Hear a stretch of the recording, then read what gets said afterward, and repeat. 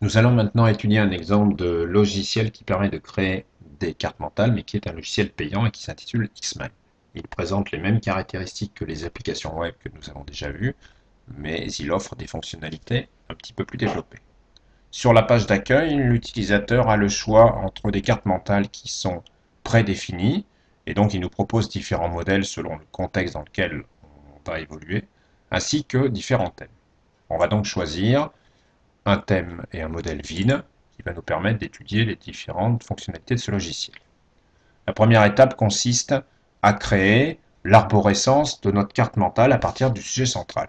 Pour rajouter d'autres sujets, nous avons 4 possibilités.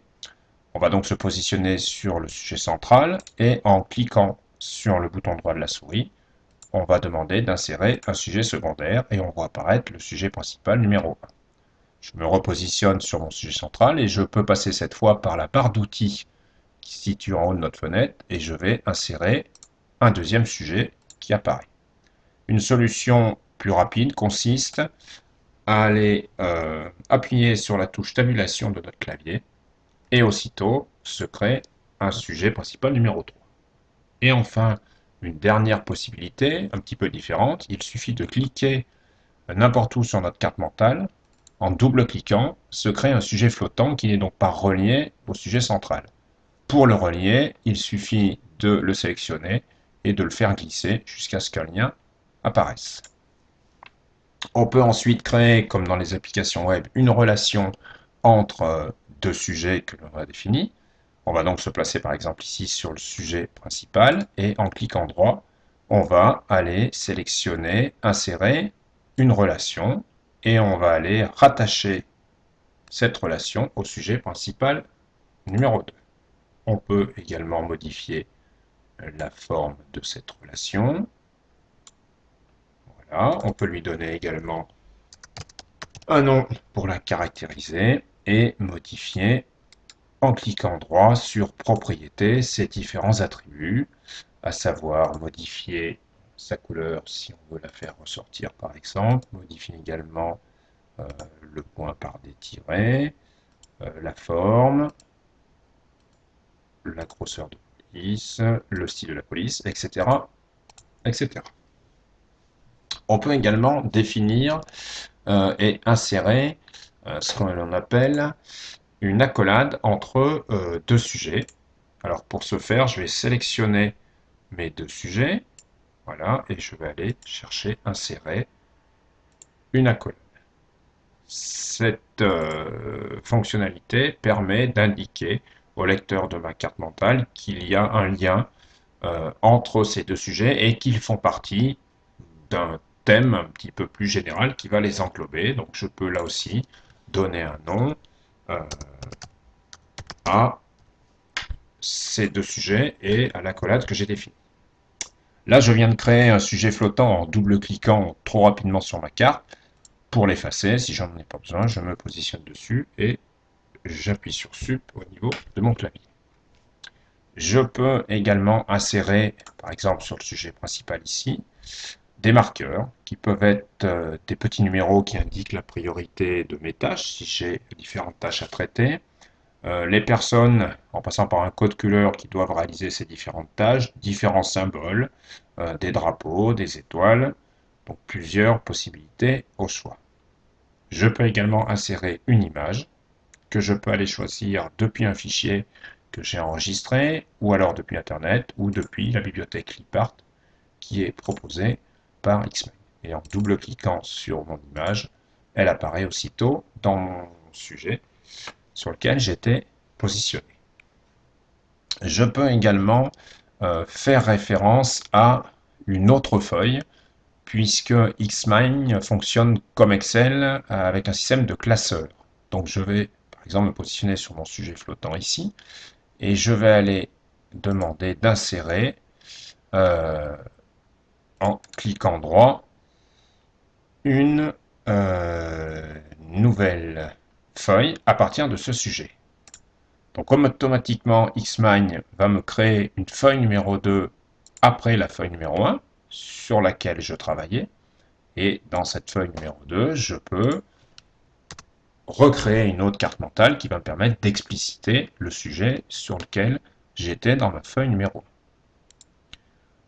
1. La modification apparaît ici, puisque sur le sujet flottant, si je clique sur l'icône qui a été créée, automatiquement je vais être redirigé vers la feuille numéro 1. On peut donc naviguer d'une carte mentale à une autre et d'une feuille à une autre. On a également la possibilité d'insérer une annexe, qui peut être par exemple un fichier. Voilà, et automatiquement, je vois apparaître le nom du fichier que j'ai sélectionné. Alors ensuite, nous pouvons modifier l'intitulé et la forme de mon sujet principal en insérant au niveau de ce cadre une étiquette qui va se positionner en dessous de ce sujet, qui permet de préciser et de donner une indication supplémentaire. Par exemple ici, ce sera le chapitre 3. Et comme dans les applications web que l'on a déjà vues, on peut également modifier une note, c'est-à-dire indiquer un petit commentaire au lecteur. Et là aussi, on verra apparaître un petit icône qui permet d'éditer la note quand je me positionne dessus. Au niveau de la mise en forme, on peut modifier les propriétés de chaque cadre sur lequel on se situe. Donc, par exemple, ici, je vais modifier les propriétés du sujet principal 2. Je me positionne dessus et avec le clic droit, je vais aller choisir propriété. Et là, je vais pouvoir modifier le texte au cœur de mon encadré. Donc, je peux modifier dans un premier temps la police qui m'est proposée. Je peux changer sa couleur, je peux changer sa taille, je peux changer le style. Je vais pouvoir jouer également sur la forme qui est prédéfinie et choisir par exemple une ellipse. Modifier également la couleur que j'ai au niveau du fond. Et je peux modifier également la ligne qui entoure mon texte, etc., etc. Si je veux modifier la forme et les propriétés de ma carte mentale, je me positionne sur la carte mentale et dans ma fenêtre propriété, je peux modifier la couleur du fond que j'ai, choisir un papier peint adapté, montrer la légende si elle a lieu d'être, etc., etc. Voilà pour les principales fonctionnalités de ce logiciel Xmind. Vous avez la possibilité donc ensuite d'enregistrer votre carte, de l'exporter en choisissant le format adapté.